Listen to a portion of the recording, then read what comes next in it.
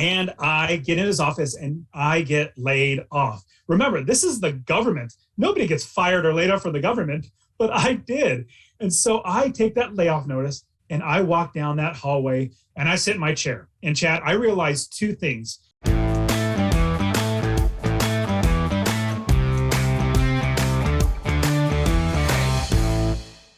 Welcome to the Real Estate and Financial Independence Podcast. My name is Chad Carson. You can also call me Coach, and this is a show all about getting out of the financial grind so that you can do more of what matters. Whether you're a brand new listener or a longtime listener, it's always an honor to have you back for another episode. The title of today's episode is How One Investor Went from a Full-Time Job to Successfully Unemployed Using Passive Income. This is an interview with Dustin Heiner, someone I've become friends with over the years. He's a fellow podcaster who has a podcast called Master Passive Income. He also has a new conference that I'm going to talk a little bit more about called the Real Estate Investor Wealth Builders Conference. But he is first and foremost a real estate investor. And as the title says, he was able to build up passive income from his rental properties, I believe at this point over $10,000 per month. And he did all this long distance. He lives in Arizona, has his properties in other states. And he was able to have enough income generated that he's able to leave his job. And so he podcasts about shares about that. And in this interview, though, I talked to him about that entire story in one particular situation at a former job that drove him to say, that's enough. I've got to do this. I'm going to build my passive income. And then we talk about a lot of the mechanics of how he did that, the types of properties he looks for, how he runs the numbers, how he finances them. So this is a very tactical conversation, particularly those of you who are investing long distance and who want to invest for cash flow. This is a great conversation for you. But before we get to this week's interview, it's time for my weekly behind the scenes segment where I share a short snippet of what's going on with me and my real estate investing, finances, or business behind the scenes. And the topic I want to talk to you about this week is a conference or conferences. Now, if I've talked in the past about joining a local real estate investor association or a group as a way to network and educate yourself. I still think that's a critical piece of the pie. But a separate piece that I have done for the last 19 years is every year attend a conference or maybe more than one conference. Now, we're in the real estate investing space, and so attending a real estate investing conference is an opportunity for you to do a couple of things. And the reason I like them physically going to a conference. Number one, it's a way to get educated. So continuing education is just part of the process. If you are a doctor, if you're a lawyer, if you're a real estate agent, all sorts of professions, engineers have continuing education requirements. We don't have that forced upon us in the real estate investing business, but it's important for a reason, and it's something you should do. So number one, continue your education, always getting better. But I found physically going there, all the education's on the internet these days, right? It's free. You can listen to podcasts. But physically going there and separating yourself from your normal life, it forces you to think a little bit differently. You're having to invest in that conference. You're getting in an airplane or a car and you're going to that place. And I've just personally found I learn a lot more when I do that. And I learned not only from the speakers at the conference, but most importantly from the people who are there, the other people attending in the back of the room at lunchtime or walking between meetings.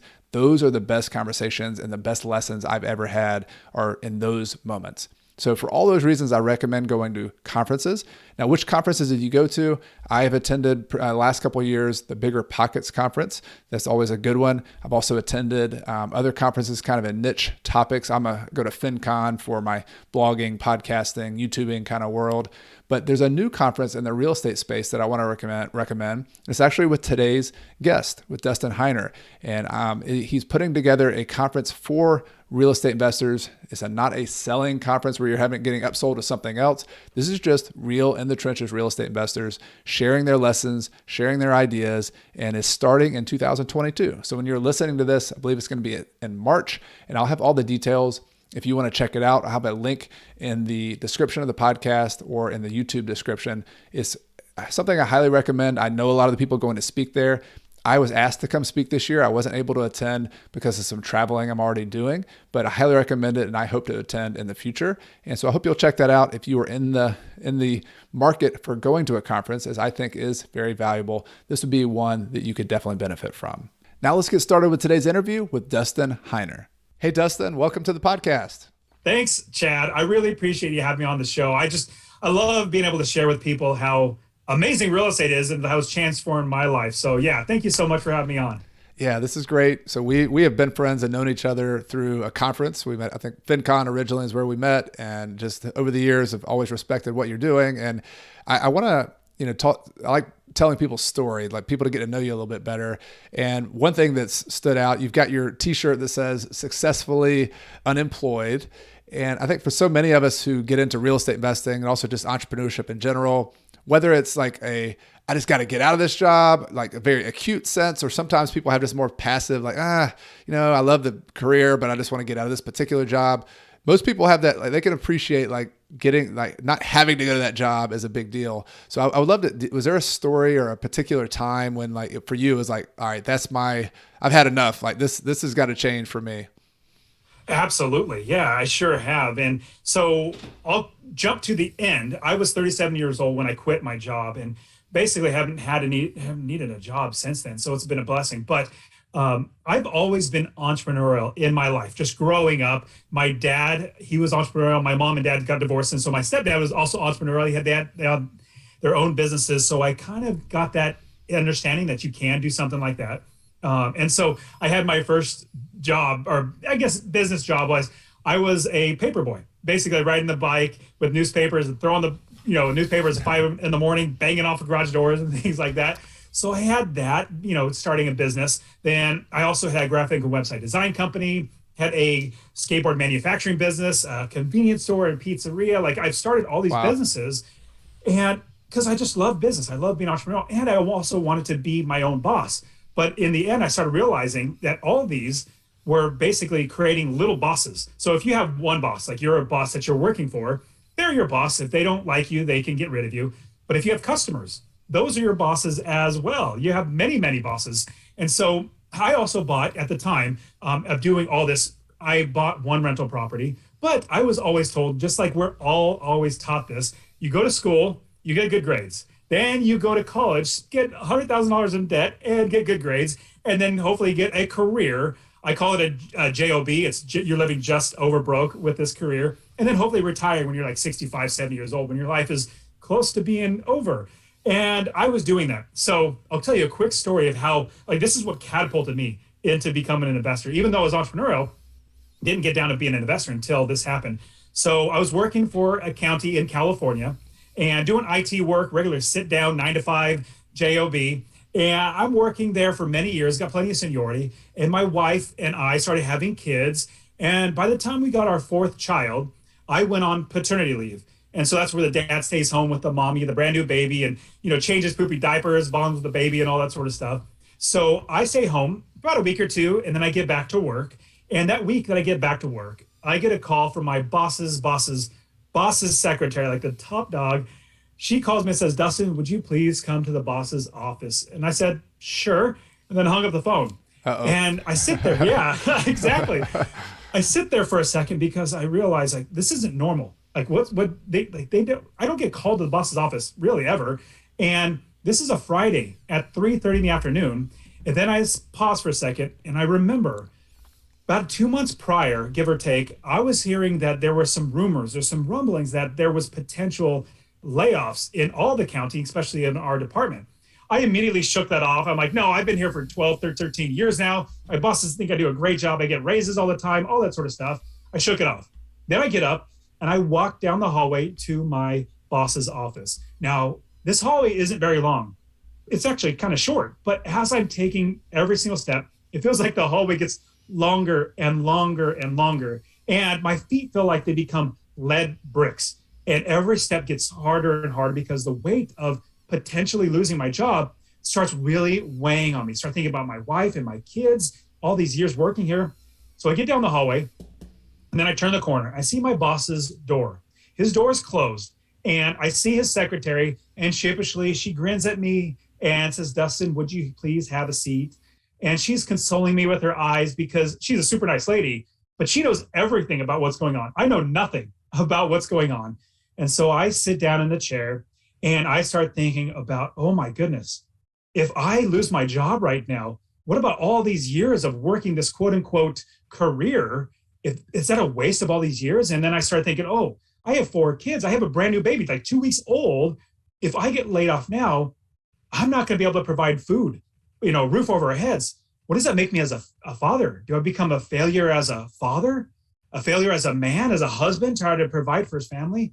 Well, as I'm sitting there, my hands get all clammy, my forehead just gets all sweaty because I'm just getting so nervous and everything just keeps weighing down on me. Then the door to my boss's office opens up and out walks a coworker, a lady with a piece of paper in her hands. She's noticeably distraught, noticeably upset. She's not necessarily crying, but you can absolutely tell her world has been rocked. And as she passes by me, my boss says, "Dustin, would you please come into my office?" And I say, "Sure." And I get up and I get in his office and I get laid off. Remember, this is the government. Nobody gets fired or laid off from the government, but I did. And so I take that layoff notice and I walk down that hallway and I sit in my chair. And Chad, I realized two things sitting there, literally in that chair right then and there. I realized the first one is I need to get another job. I need to be able to pay for food and a mortgage and all that sort of stuff. So I was really, really blessed, praise the Lord, to be able to find another job in the same county, in another department, the sheriff's department, doing IT work there. So I didn't actually get laid off. That was a huge blessing. They had money, so I was able to move over there. The second thing that I realized as I'm sitting there in that chair is something I want everybody else to understand, is that your value is so much more than your job. So when anybody would ever ask me the question, "Dustin, what do you do?" They're basically asking you and me, what value do you put on yourself? I would say, well, I work for the county. I do IT work at the county because I put my value in my job. Your value does not come from your job. My value, I realize now, comes from my God, from myself, from my family. And so right there, sitting there in that chair, I realized that my boss cannot pay me enough for my entire value. And here's what everybody needs to take away. If you're working a job, your boss is not paying you what you're worth. Your boss is only paying you enough to keep you working without quitting, but not so much money that's taking money out of their pocket. And so if you got paid for the value that you brought, you're going to be paid so much more. So right there, sitting in that chair, I realized my value is now I am an investor, because I knew I wanted to go that route. I just thought, okay, I'm going to be secure here working this job, which was not secure. So even though 100% of my money was coming from my job, I realized that's my part-time job. I am now a full-time investor. And so every single time I met somebody and they said, "What do you do?"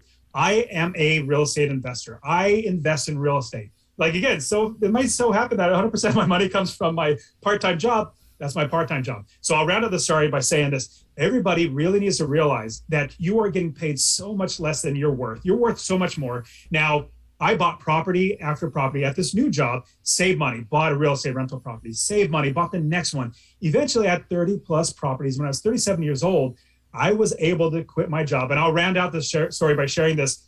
I went to my new boss's office and I gave him a 2 weeks notice, a pink slip. I said, I'm laying you off, like metaphorically. But I said, "Here's my 2 week notice, boss. I'm done." He says, "Dustin, what are you going to do?" I said, "I don't have to do anything. I literally own real estate. It works for me. I don't do a thing and I make money." And if you remember that walk where I walked to my first boss's office, where that hallway was short but got longer and longer, I walked away from my job the last time, and I've done this walk 1,000 times. Mile and a half walk, because I was working in downtown Fresno. I didn't want to pay for parking.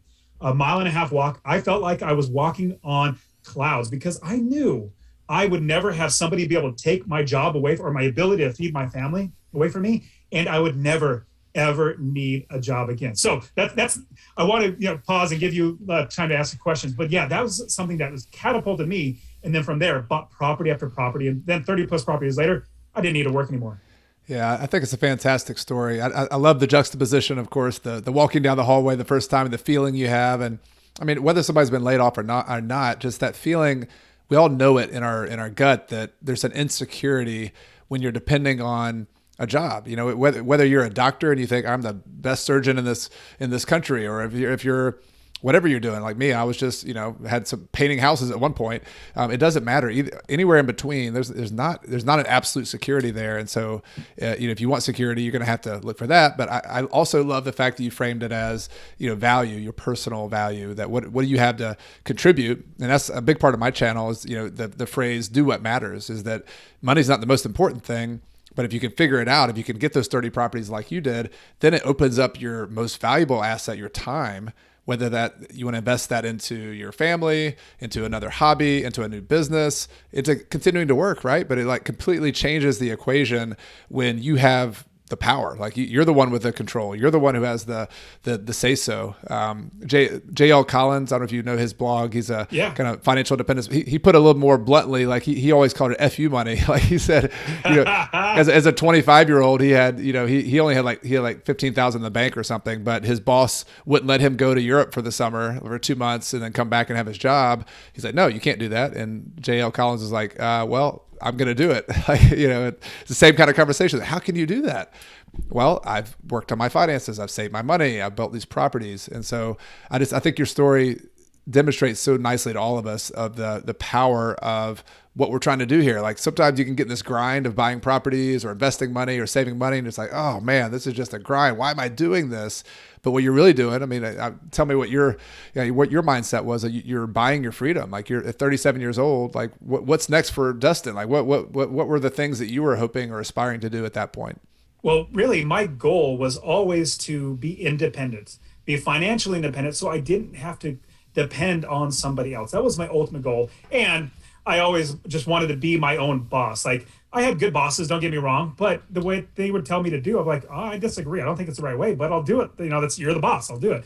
And so my goal was to really quit my job so that I could be independent. Now, from that point forward, once I quit, I just kept buying property after property after property because I realized that the end goal was to make sure my expenses were taken care of. That's really what really came down to. Obviously, having extra money to go travel or buy whatever you want. Those are great things. But my goal was to take care of my expenses. And here's what I realized. If I buy one house, and so what I do now, and this is what I also teach all my students, I buy one house that makes me $250 a month in passive income. That's $3,000 a year. It's fantastic. That's without working. If your boss came and said, hey, let me give you a raise of $3,000, you're not going to say no. You're going to say, yeah, absolutely. So one house is $250, $3,000 a month. 10 houses, I just started, I'm not that smart. Everybody listen to the channel, and Chad, you're much smarter than me. It's just simple math. And so 10 properties, $2,500 a month. That's $30,000 a year without working. 20 properties is $5,000 a month, $60,000 without working. You just do the math and just keep adding them up eventually. And this is not a get rich quick scheme. This is a get wealthy plan. And over and over and over, you buy that next property. That next property helps you to buy the next property. Eventually, you have so many properties where you literally don't need to work. And if you see, like if you could watch this on Chad's YouTube channel, you can see the kids in the background. So these are my kids. I have the 4 kids now. They're obviously older than when I first got laid off. And I'm literally going to give these properties to my kids. I'll also teach them how to invest and all that stuff and not be jerks like a trust fund kid. But in the end, my goal now, after I was able to quit my job, it's transition now. How can I set up my children to be financially understanding, have good understanding financially, set them up to where if they don't want to work, they don't have to, but also make sure that they're not trust fund idiots, jerks. But at the same time, now it's like, how many people can I serve now? I just love being able to just share, jump on great podcasts with great people like you, Chad, and just share, hey, if I could do it, like I'm literally like your neighbor next door. If I could do it, anybody can do it. Yeah, I love it. Yeah, so many things you can give and do once you have that free time. So I want to go back to some of the details, if you don't mind, Dustin, just of how this happened. And sure. There's so many different approaches to real estate. And you mentioned, that you had at one point 30 properties and you bought some more. It sounds like you're talking about buying individual properties. So could you tell me a little bit more like where you live and then where you're investing? I'm just curious like how the location of your properties went and what types of properties you were buying. Sure. Yeah. I started investing when I lived in California in 2006. That's when I started buying properties, but I didn't buy in California because if you remember 2006, the price was just skyrocketing and it was before the crash. And so I actually flew to Ohio. Now, this is the wrong way to do it. What I'm going to tell you is the wrong way, so don't do it this way. But I flew to Ohio in 2006, found a property manager, found a realtor and said, hey, you guys got a pulse. I'm pretty sure you guys are trustworthy. Let's go ahead and buy a property. So I bought a property in Ohio. And the reason why I'm saying this is the wrong way, my property manager started stealing from me within literally 6 months. And it was bad, fired them, found somebody else, eventually figured out the right way to do it. Now, what I do now is I invest in Ohio, Texas, and Arizona. I love the Midwest is fantastic. All my students, we literally invest all over the country. Midwest is great, getting down to, as you know, the Carolinas, down into Florida. really, really great properties. And if people live on the coastlines, they don't realize that there are still homes that you could buy for, let's say, 60, 70, $80,000 that get a good return in cash flow from your properties. And as long as we're making that minimum of $250 a month, we're going to be able to eventually replace our income and overpay our expenses because we have so much money coming in. So now I literally invest all over the country, and I have people send me deals, like wholesalers, realtors, other investors send me deals now because I've been telling people. Remember my story? I started telling everybody I'm an investor. Now so many people, like lots of, the only thing people know me as is an investor. So if they think, oh, I have a house to sell, let me call up Dustin. Let me see if he wants to buy it. Or, hey, I need to rent a house. Let me call up Dustin. So that's because of my value is now in what I want it to be, being an investor. Now I literally invest all over the country, as well as teach all, with everything that I have, teach people how to do it as well. Cool. So you recognize that your strategy was buy a house, buy a small residential unit, and your focus was cash flow. And if you looked at the numbers in California where you're living, and there's properties there maybe you could buy below the full value, or maybe they had long-term growth potential, but they didn't meet your criteria of saying I want to make $250 a month. For you had a pretty clear criteria. That's a good deal for me. 100%. Yeah, okay. I didn't want appreciation. Even appreciation is great, but if you remember, I'm going to give these to my kids. Like, this is literally generational wealth. But here's the thing. Some people might think or ask the question, well, wouldn't you ever sell a property? I'm like, yeah, I probably would. But if I sell a property, I don't make that in passive income anymore. Like, that's literally gone. Why not instead? Because what you want is the equity. You want that much money that's increased in value. Why not instead refinance it, take the cash out, a tax-free loan? You're not going to pay taxes on it. Take that money, then buy the next property and keep turning that over. And then you can just keep accumulating properties over and over again, tax-free. And here's a great thing, and Chad, you understand this, all your audience understands this. I don't pay my taxes. I don't pay my mortgage. I don't pay my property manager. I don't pay for rehab. I don't pay for any of that stuff. My tenants pay for all of that. Now, it so happens the money flows through me and I get it paid out, but I don't have to get a job to pay for my property manager. I don't have to do anything else. It's all accounted for because we build the business first to make sure the business is going to run. Let me quickly share my idea of building the business. Now, your property is not your business. Your business owns properties. Let me give you an example of what that looks like. If you're going to start a convenience store, convenience store, candy bars and soda machines, if you're going to start one of those, you're not going to sign a lease on a location, open the doors, and set a box of candy bars inside there. If you did that, you'd go out of business in 2 seconds. No, what you would do, though, is build the business. You get the gondolas. Those are the shelving units that candy bars go on, the countertops, cold storage, fountain machines, bank accounts, cash registers, employees, insurance, all this sort of stuff before you bought any inventory. Same thing in real estate investing, the exact same thing. We build the entire business. Then every property that we buy is a piece of inventory that we put into the business so that the business is running these properties as our inventory. What that looks like, and you know this, and all your people know this, property managers, realtors, home inspectors, roofers, mortgage companies, insurances companies, inspectors, all these other people in the business who are experts in this specific area. Like Zillow is not an expert. Realtor.com, Trulia, they are not experts. They're just databases. You want to find and hire experts in the area who are going to do the work. And I give you an example of what a good expert is going to be. If you have a property manager, you say, property manager, I look at this property. I like this property. I want to buy it. Can you tell me how much you could rent for, the vacancy factor, all this sort of stuff about the property? And they might say, if they're a good property manager, they might say, hey, I know this property, or at least I know this area. I have a house just like it, like a block away. We couldn't rent it for $1,300, but we can rent it for $12. Zillow is saying $14, but I can't get that. We can only get $12 for it. That's an expert. That's somebody that knows exactly what you're doing, so that you would hopefully utilizing the expert's opinions and knowledge to do the business right, to make sure you're not, thinking it's going to rent for $1,400, but only rent for $1,200. Yeah. I really love that frame of mind that you're talking about there, that you own a business and the business is made up of systems and processes and bank accounts and people, like most importantly, people like absolutely your team. And I played sports in the past, at football and Clemson and basketball. And team is always like, you know that when you play sports, like even if you're the star player, like you have to have these team members around you or you can never succeed. And real estate's so critical to your point, like your property manager in particular, that's a critical piece when you're investing long distance, a real estate agent, if you're using them to buy it, a contractor. I want to give some tips on that because we both agree it's so important. You mentioned when your first property manager was stealing money from you right off the bat. Like how can we identify? Let's just talk about a property manager, for example. How can we identify the right property manager? Do you have any tips or maybe a lesson, because you had that painful lesson? Like how did you learn from that painful lesson to do it differently the next time? I'll give you a big principle and then I'll go into it. The big principle is hire slow and fire fast. I hire really fast. Oh, you're a property manager. You got a pulse? Great. Let's go ahead and put you in there. That was the wrong thing to do. If you're going to be starting a business, if you're going to have employees literally working in a business, you're going to see them day in and day out. They're going to be holding your money and all that sort of stuff.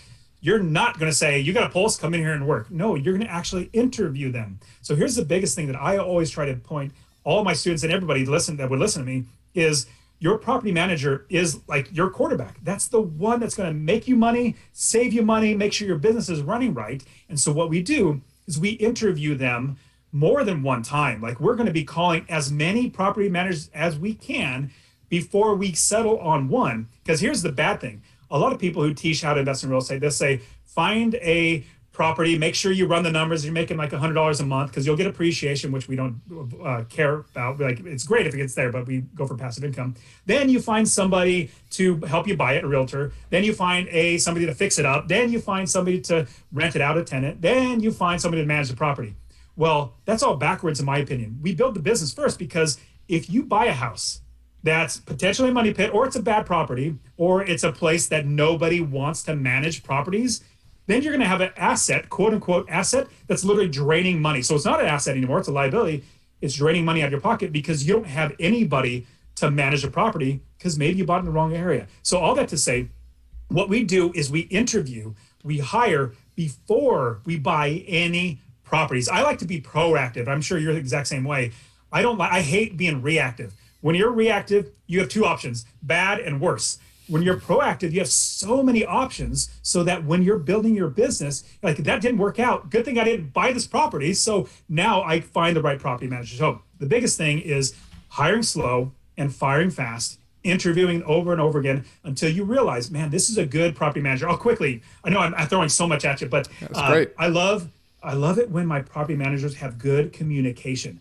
Like if I go like 2 days without talking to my property manager, if I initiate a conversation with a property manager, say, hey, property manager, tell me about this property, what's going on? And they don't reply within 24 hours or more, that's like, this is bad. So I need communication. They need to be able to respond within 24 hours. That's like the max. Anything above and beyond that, that's bad. That's one. Another thing is trustworthiness.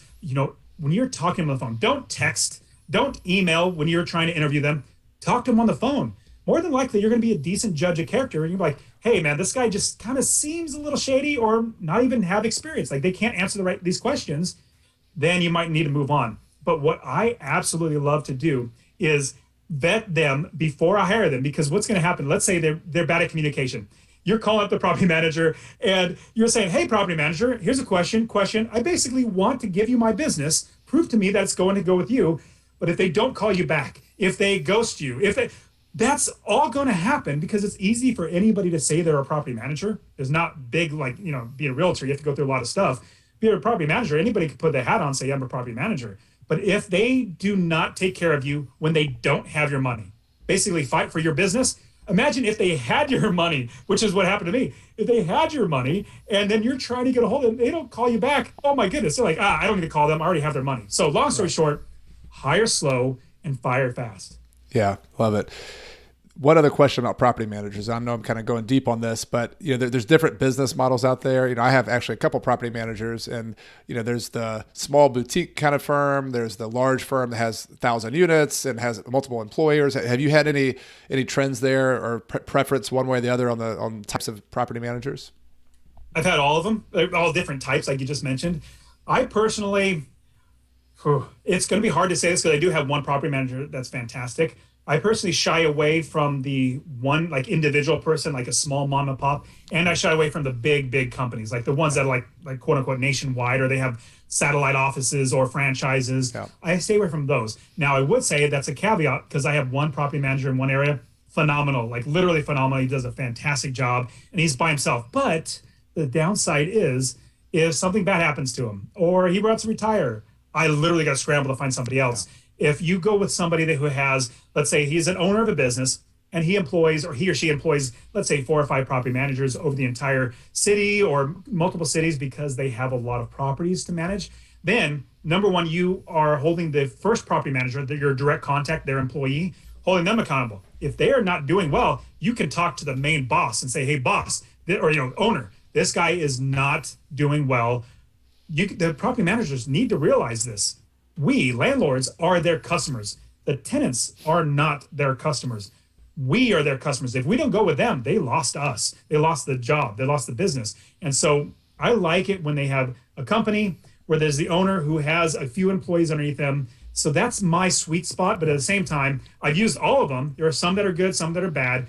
I just personally like it where there's a little bit of layers where I can go above that person's head and say, hey, hold them accountable. Yeah, I agree 100%. I've had some opportunities to go with like really big companies that I passed on, and the ones I've had success with as well. Either the boutique firm has like, 150, 200 clients. It's kind of at a low end up to, 500, 750, 1,000. But, they have enough systems and operations I found to be sustainable. They're able to absolutely they need to make money. Yeah, right. So it's if you get below 200, 150 units, it's not a really good business to make a ton of money on small volume. You got to get some more volume. Plus, they can negotiate with their the contractors or their subs to try to get better rates. So a lot of benefits there. Okay, so team. We talked about team. One other thing that I think that people struggle with when they're buying those properties. Let's say they're also out of town and they're trying to buy in one of these places you're talking about, and they get a team member. They find a market that has some decent cash flow. How did you in your situation get the money to buy it, both the down payment money, but also like the actual financing? Do you have a preference on the type of money you use, the type of financing? So here's my opinion. Any way that you can get started, you need to do that. Now, the reason why I say that is because there are so many ways to get financing for properties. Now, a lot of people think the one way to get a property, there's one way. You find a realtor, I've been told I say realtor wrong, realtor and mortgage broker, and then you put them together and then you buy a house. That's just one of dozens and dozens of ways. In fact, I have one YouTube video where I literally teach 14 different ways that I've literally used myself to get financing, 14 different financing ways. And so a mortgage is just one way. I mean, there's seller financing, private money. I've even used signature loans where you go to a bank and say, hey, bank, I'm going to sign my name on a piece of paper. Give me a loan, and they'll do that. They can do that. I've even used a credit card. So this is an advanced strategy, but Chad, I've literally used a credit card to buy properties. And because I have a business that I accounted for my expenses, I knew even if I use this credit card, I counted all the expenses. I knew even with that interest rate, it would still make me money. And in the end, I'll pay off that credit card, and it worked out beautifully because I knew my business. I knew how much money I needed to come in, how much money was going out. And so when I'm showing people how to invest in real estate, honestly, for me, there are ways to do no money down buying properties, but it's so hard. Like, I don't take on any coaching student that has less than $10,000 because it's just so much work on their point. They're going to be so frustrated because it's a lot of work. Once you have over $10,000, and this is where I started with literally $17,000. It was a number of years ago, but I started there. But there are still great properties. Let's say you find a house for $60,000, which there are properties for $60,000, and you use that $10,000 as a down payment or a way to get the money to buy the property, get a mortgage on it, and you start making cash flow, $250 hopefully. We save that money to buy the next property, and we also save more money, but then we keep rolling that over. So there are so many different ways, and that's the thing that I found. As people are getting into this, they don't realize all the options that are out there. And they don't realize that they can even put different nuances together. Like, let's say seller financing and private money, and I need a little bit of a hard money, and I need a little signature loan. We can put them all together to buy the property. It's not just one size fits all. We can use every single one of these ways to get financing. in order to buy a property and put them all together. Does that make sense? Yeah. And I think particularly for those first couple of deals, some people get wrapped up in being perfect instead of getting something done. Yeah. And you know, I know my first deals were not perfect either. Like I used a combination of different types of money, partnership money, and put some weird partnership together with 3 people. And the one partner got the money and put up the down payment, and we somehow figured out a way to get paid too. I mean, just, you know, I'm not saying that's like the perfect way to do it, but I agree with you that sometimes we get a little bit wrapped up on the perfect way instead of, you know, if you do one deal, then you're going to take a break. Then you can like watch the game film on that deal, say, all right, how could I improve that deal? Maybe I could have got a loan with less interest. Maybe I could refinance that property. But your whole seminar starts when you get the property. That's the first. And obviously you got to get a property that has cash flow. Obviously you got to get a property in the right location. But I'm with you. Like, let's just figure out how to get the property knocked down. And I want to add something that a lot of people, when they're getting started investing, they're looking for, and I love the sports analogies too. I played football, President say you were at Clemson. It's just awesome. I love that we had that commonality as well as being an investor. But also when you're thinking about, if you're going to buy a house for a rental property, a lot of people think, well, it needs to be a grand slam. Think of a different analogy being baseball. It needs to be a grand slam, like the best one. Like, that's my first one, I better do it. Like, no, that's more than likely, like all the properties, 30 plus properties that I have, like there were like singles and doubles and maybe 1 or 2 were grand slams, but it wasn't like that all the time. As long as you get, like, the minimum would be $250 a month in passive income, that's a single. Now, if you get like $350, that might be a double and a triple and so on and so forth. But if you wait for that grand slam, you'll be waiting forever. I'll give you a quick example of one property that was a grand slam, but also my student literally needed a catalyst or like a push. So I had a student that in December of 2019, so 3 months before the coronavirus shut everything down, he started working with me. I started coaching him one-on-one, and he was looking at properties, started getting analysis paralysis, and he found a property and he brought it to me. I said, you know what, Benjamin, this is actually a really good property. And he kept hemming and hawing for a couple of days. And in the end, I got another call with him. I said, Benjamin, because he has it, he wasn't going to buy it. He wasn't going to even attempt. I said, if you don't buy this, give it to me. I will buy it. And that was like the shove that he was like, wow, okay, I need to stop procrastinating or putting it off and analysis paralysis. If Dustin's going to buy it, I better do it. Well, this was literally a grand slam for him. It was first property. I'm saying this, not saying that everybody's going to have this, but you need that catalyst. Like, listen to Chad. Chad will definitely share with you. This is a good property. Let's move forward on it. And so with my student who, he said, Dustin would buy that. Let me go ahead and buy it. From that point, that was a grand slam. Like, he literally put $50,000 of his own money. Not everybody has that, but he did. $50,000, that's all he had into his own money. It was a duplex. He refinanced it, pulled all that cash back out. It's making him like $700 a month in passive income from this one duplex. Fast forward now, 18 months later, he bought 11 duplexes, 22 units in 18 months during the coronavirus, and he's making like $7,000 a month from all these properties. Now, I say that because he also got singles and doubles and triples, and you can't wait around for the grand slam. You have to just move forward, set your criteria. Your minimum criteria for us is 250. But set that and then do it. Because then once you get that first one, I found my students, like, literally the first one takes a while, 3 months before they get it, maybe 4 months. But then the second property comes in like weeks. Like, oh man, it's already done once. I already built the business. Here's another property. Let's go ahead and buy it. So don't wait for that grand slam. Just move forward. Love it. That we talked about that first house being the seminar, like just getting off the bench and learning it. He got a great deal in the first one. Obviously, that doesn't always happen, but you just got to get in motion. So much learning is done in motion, but it's also, I recognize as a beginner, like how difficult that can be, because this might be your life savings. This might be a big portion of your life savings, and you're borrowing money and you're doing something that maybe other people don't believe in you as much as and you're hoping to believe in yourself. And so I get it. This is not always easy. The first deal is hardest, but you get that momentum. And I don't know about you, Dustin, like I have sort of as a worst case scenario, like, okay, if I can do a deal and I can live with and sleep with the worst case scenario, like maybe I thought I was gonna make 250, but like I'm 100% confident that I could at least break even on this deal. Or even if I had higher expenses than I wanted, like if you can identify that worst case disaster scenario and live with that, then go forward, right? That's how I take action. Like I'll get off the bench if I can live with the worst case. Do you have any other ways you try to make decisions with a property? Yeah, I definitely run through and so I like that idea. Like I always run through the worst case. Like if I think I could rent for $1,200, rent the property and get $1,200, I lower it by like $100 or maybe more. Lower it to like, let's say $1,050, or let's round it out even more, $1,000. If I run the numbers and I can only get $1,000, that's like fire sale or fire renting, where that's the lowest I can get, or sorry, the highest I can get, but I need to get somebody in there. If I can still make money in what I want, then I move forward. Like I always try to overestimate my expenses, like say they're more, but then my income, I also try to make sure if it's lower than that, let me make sure that I have that accounted for. Because the last thing you want to do is be going in, because I'm definitely a glasses half full type of guy. Like it's everything's better.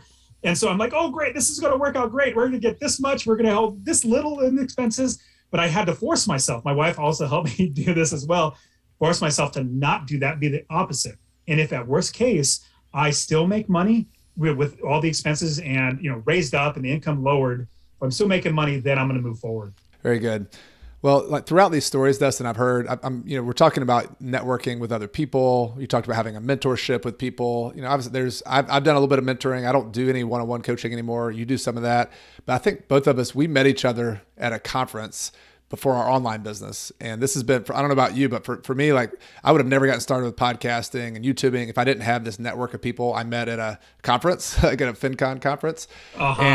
And so meeting people and networking and learning from other people face-to-face has been a huge part of how I've become a real estate investor. It's just been the foundation of everything I've done. Sounds like that's been the same for you. And I want to this is kind of a segue. This is a new topic, but something you've done recently is you've had this inspiration to start an online or an in-person conference for real estate investors. And so I want you to talk a little bit about this, because this has been such a critical part of my own career and so helpful to me. Just talk to me about what this is and why you decided to start doing this. Yeah. So I realized that with all my students that I have, they wanted to meet up. They wanted to get together because community is so much better, especially after coming out of the coronavirus. People are locked down for a year or more. We want to have community. We want to be together. And if you realize that when you work with other people, when you have a team of other people, or even just a mastermind or somebody that's next to you that said, hey, yes, let's go ahead and do, like, this is a good idea, move forward, as opposed to like your aunt at Christmas time or Thanksgiving saying, oh, no, you shouldn't do that. You'll lose money. You don't want to be around the naysayers. You want to be around the people who are going to encourage you that have done it before. So with that meetup, I said, you know what? I have a lot of great friends like Chad, you here, and other great investor influencers that we can maybe bring everybody together and create a community of investors that we all work together. We all help each other out. And I guess the pinnacle of that would be a conference. Let's bring everybody together. And then throughout the entire year, still work together, still communicate, still be a part of that community. And so after calling you, as well as a bunch of other of my friends who are investor influencers, I said, let's create a conference. So it's called the Real Estate Wealth Builders Conference. And it's all about community and teaching. So if anybody listens has been to any real estate conference, this is what happens. You pay like $100 and it's really, really low price. And then you go in there, you go to each session. Each session is a sales pitch, and they say, run to the back and go give me $10,000 on your credit card. That's literally how those are. You go to a Grant Cardone conference, that's literally every single thing's a sales pitch. So hopefully not to defame Grant Cardone, I just know that's the way it works out. But this conference is not like that. This is a no sales pitch conference. This is literally us as investors. We're friends. Like we're all here to help each other out. And I'm going to be walking around talking to everybody, and same with all of us. We're all wanting to basically get together, teach. Don't get me wrong. We're going to be doing a lot of teaching. We have sessions. We have networking times. We all have vendors there too. But the goal is community, because I started alone. Like when I first started, my goodness, there was no podcast, there was no YouTube channels teaching this stuff. And I was doing this alone. It was horrible. But then I realized after I started finding people that were like-minded, I was like, business and real estate investing got so much easier. So that is the catalyst now for the Real Estate Wealth Builders Conference. So if you go to REWBCON, so I'm trying to use an acronym, make it, because Real Estate Wealth Builders Conference is kind of a mouthful, but rewbcon.com, REWBCON.com. That's where you can go see all the speakers and everything about it. It's going to be in Phoenix, here in Phoenix, and it's going to be in March. But yeah, so hopefully we're going to be doing this every year. And like I said, building a community of great people. Chad is hopefully eventually going to be able to come and speak at the conference if he's not traveling the world like he always does. But this is the big thing, is literally making everybody's lives better, working together, encouraging each other, and building a solid investor community. Well, Dustin, you called me about it and we talked, and I knew it was a great idea as soon as we started talking. We met at FinCon, and there's a lot of financial conferences out there. FinCon, I feel, is like they have something, or some recipe they do really well. And if I understand it right, you talked to the people at FinCon and kind of got some good tips from them. And everything you're doing with the conference, I said, yep, checks all the boxes, really great. And I would definitely be there if we weren't leaving a couple months later to go on a trip abroad, and we're trying to get our house ready. And I said, Dustin, this is fantastic. I would love to do it.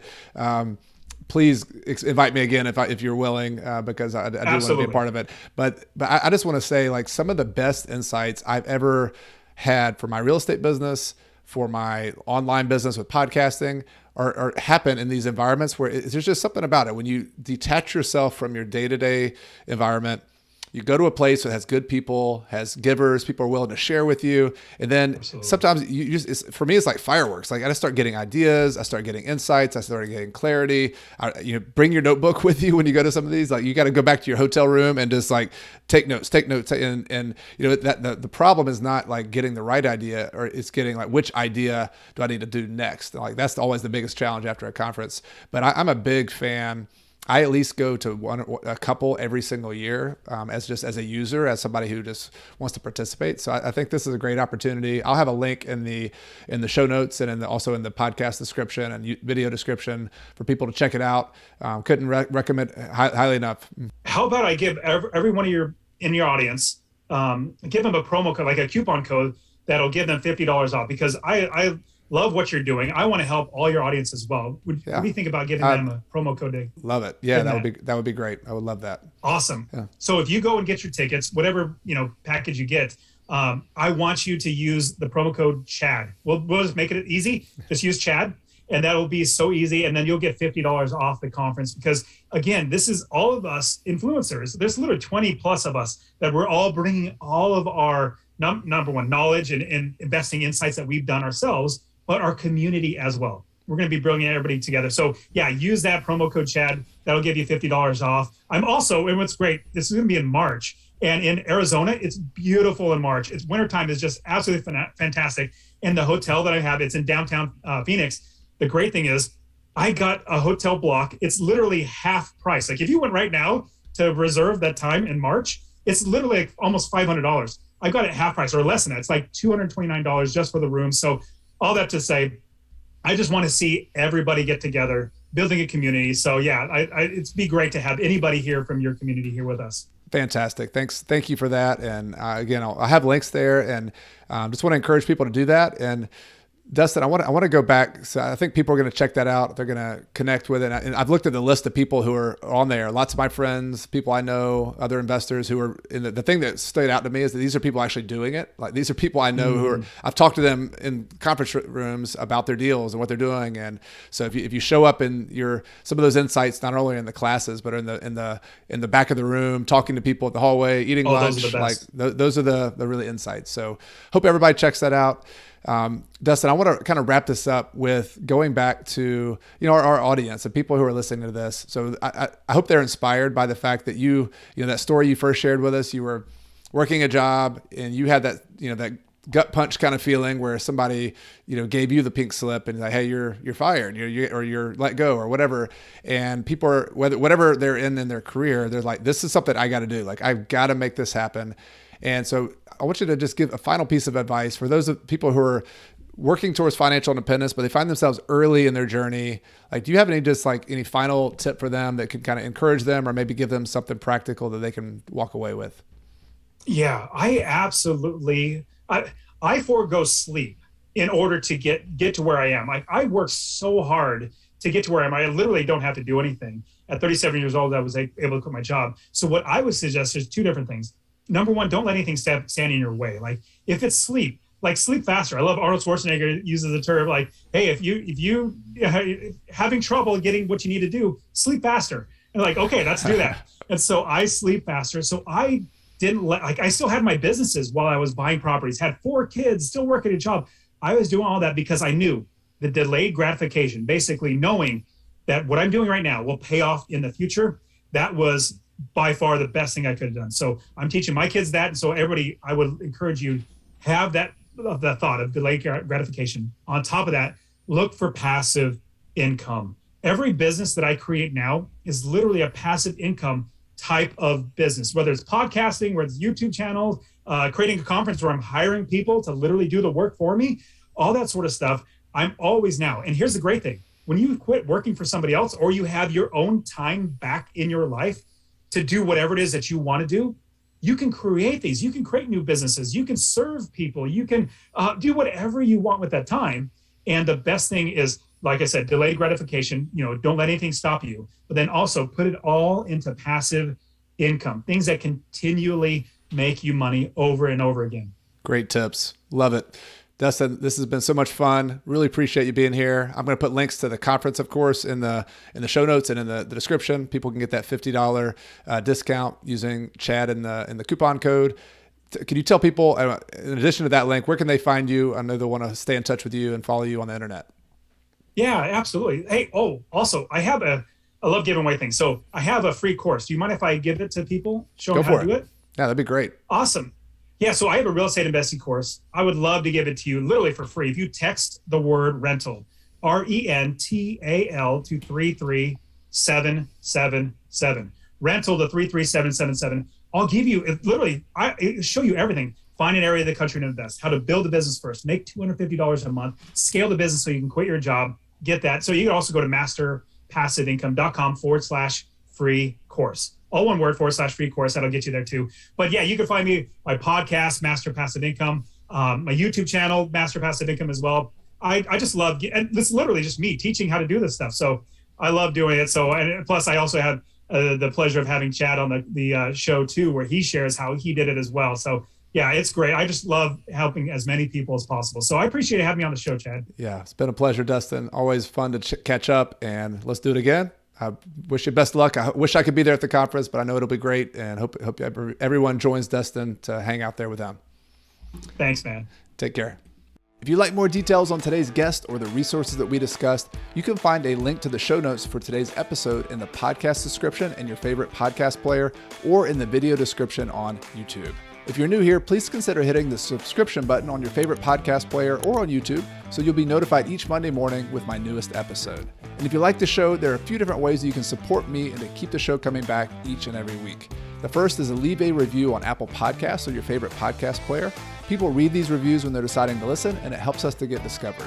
Second, you can subscribe to my email newsletter at coachcarson.com/REI toolkit. New subscribers get my real estate investing toolkit, which includes things like a closing checklist, a deal worksheet, a tenant screening criteria checklist, and other goodies that'll help you on your journey to financial independence. You can get it all for free at coachcarson.com/REI toolkit. The third thing you can do to support the show is to consider joining one of my online courses, which is where I personally teach and provide tools for you to become a successful real estate investor. There's some courses that are always available on topics like rental property analysis, real estate deal finder, which is all about the 17 different ways to find off-market real estate deals, contract to closing, which is all about the paperwork and due diligence process to buy a property. And then I have live courses each spring and fall that are my premier course and community called Real Estate Deal School. This is where I help you gain momentum and buy your next deal step by step with your peers, with other students in a live, more classroom environment with assignments and weekly calls and things like that. You can find details on these courses at coachcarson.com/courses. I also want to take this time to thank some people behind the scenes who make this podcast possible each and every week.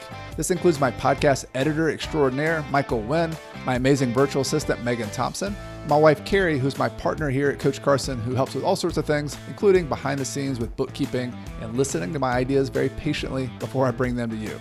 And of course, thank you to all of you, the listeners of the show. This show exists because of you, it exists for you, and I am very appreciative that you're here each and every week for another episode. Everything I've shared with you in this episode has been for general education purposes. I've not considered your specific situation or risks. Before buying your own investments, be sure to consult a financial, real estate, and/or a legal professional. Until next time, I'm Chad Carson. You can also call me Coach. I'm your host for the Real Estate and Financial Independence podcast, which is all about helping you get out of the financial grind so that you can do more of what matters. See you next time.